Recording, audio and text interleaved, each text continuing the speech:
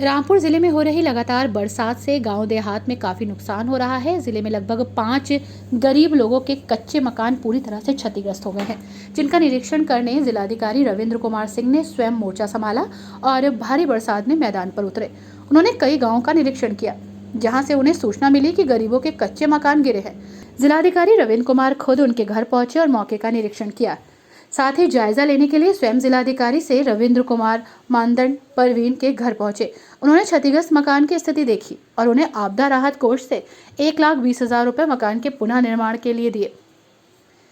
जिलाधिकारी रविंद्र कुमार सिंह ने रामपुर वासियों से अपील की है कि बरसात के मौसम में लगातार बढ़ते जल स्तर से कई घटनाएं सामने आ चुकी हैं, जिसके चलते अपने बच्चों को नदी नाले और तालाबों में जाने से बचाएं, बिजली के खंभों से भी दूर रखें।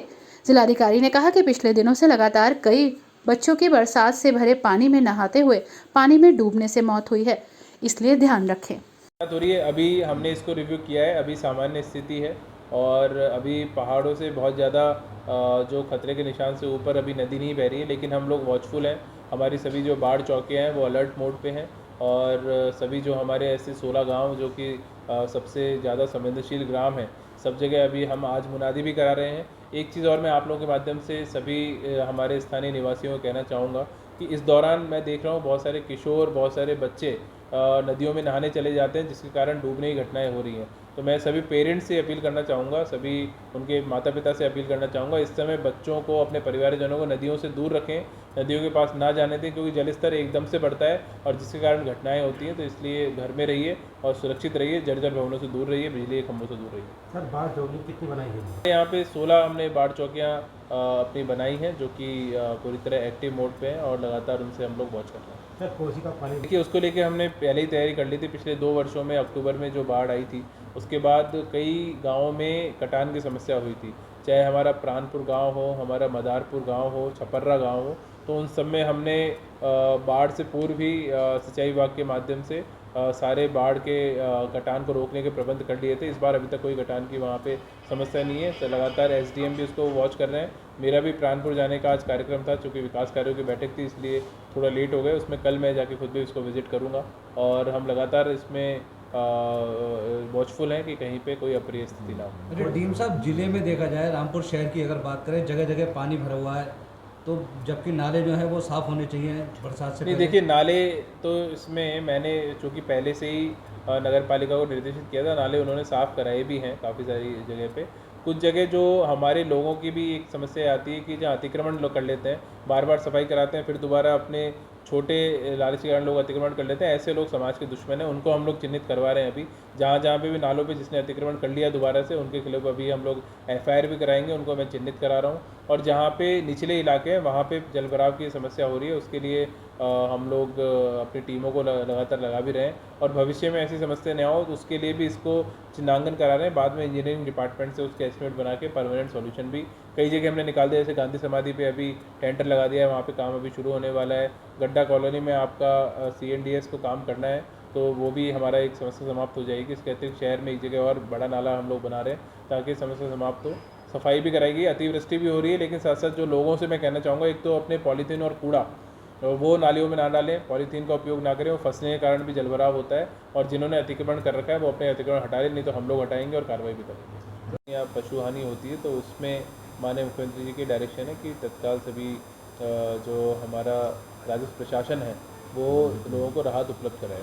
तो उसके क्रम में सभी SDMs को भी हमने एक्टिव किया हुआ है और जहाँ जहाँ पे भी ऐसी घटनाएं हो रही हैं तो लगातार हमारा तहसील प्रशासन वहाँ पहुँच के मदद कर रहे हैं। उसका सत्यापन करने के लिए मैं गया था। आज एक हम लोग घोट में एक गांव में गए थे और दूसरा सिंगनखेड़ा गांव में था, और उसमें हमने वेरिफिकेशन करने के लिए मैं गया था कि कहीं पे राजस्व प्रशासन किसी का मुआवजा किस प्रकार से, किस दर से तय कर रहा है, कितना उनका नुकसान है और सही प्रकार से मुआवजा तय हुआ है कि नहीं हुआ है। और मैंने सभी SDMs को ये डायरेक्शन अभी दिया है कि जहाँ जहाँ पे भी अगर कहीं मकान क्षति होती है, कहीं पे किसी व्यक्ति की क्षति होती है, तो वहाँ पे SDM स्वयं जाएंगे, स्वयं जाके उस परिवार से संपर्क स्थापित करेंगे और संपर्क स्थापित करने के बाद में जो हमारे उसमें सहायता राशि उनकी बनती है, जो सहायता हमें उन्हें देनी है, वो तत्काल देंगे भी। अभी कल एक शिकायत मेरे पास आई थी कि मिलक में जो एक घटना हुई, एक दुखद घटना हुई, जहाँ पे 2 बच्चों की मृत्यु हो गई। तो उसमें वहाँ पे हमारे राजस्व प्रशासन में तहसीलदार और वहाँ के पुलिस के इंस्पेक्टर पहुँचे थे, एसडीएम नहीं पहुँचे थे, इसलिए मैंने कार्रवाई करते हुए उन्हें मुख्यालय में अटैच किया, हटा दिया है वहाँ से।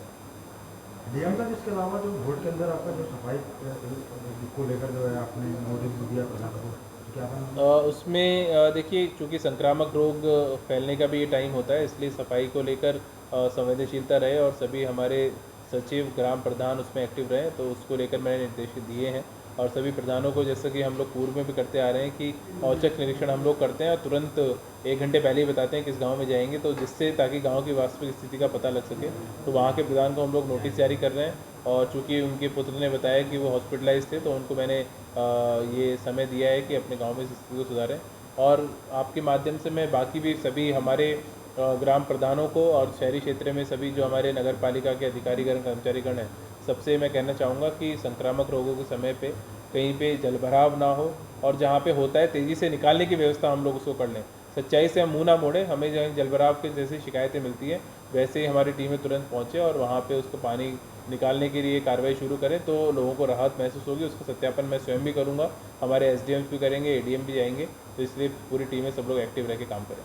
डीएम साहब, जिले एक चीज़ और मैं आप लोगों के माध्यम से सभी हमारे स्थानीय निवासियों को कहना चाहूँगा कि इस दौरान मैं देख रहा हूँ बहुत सारे किशोर, बहुत सारे बच्चे नदियों में नहाने चले जाते हैं, जिसके कारण डूबने की घटनाएं हो रही हैं। तो मैं सभी पेरेंट्स से अपील करना चाहूँगा, सभी उनके माता पिता से अपील करना चाहूँगा, इस समय बच्चों को, अपने परिवारजनों को नदियों से दूर रखें, नदियों के पास ना जाने दें, क्योंकि जलस्तर एकदम से बढ़ता है और जिसके कारण घटनाएँ होती हैं। तो इसलिए घर में रहिए और सुरक्षित रहिए, जर्जर भवनों से दूर रहिए, बिजली के खंभों से दूर रहिए।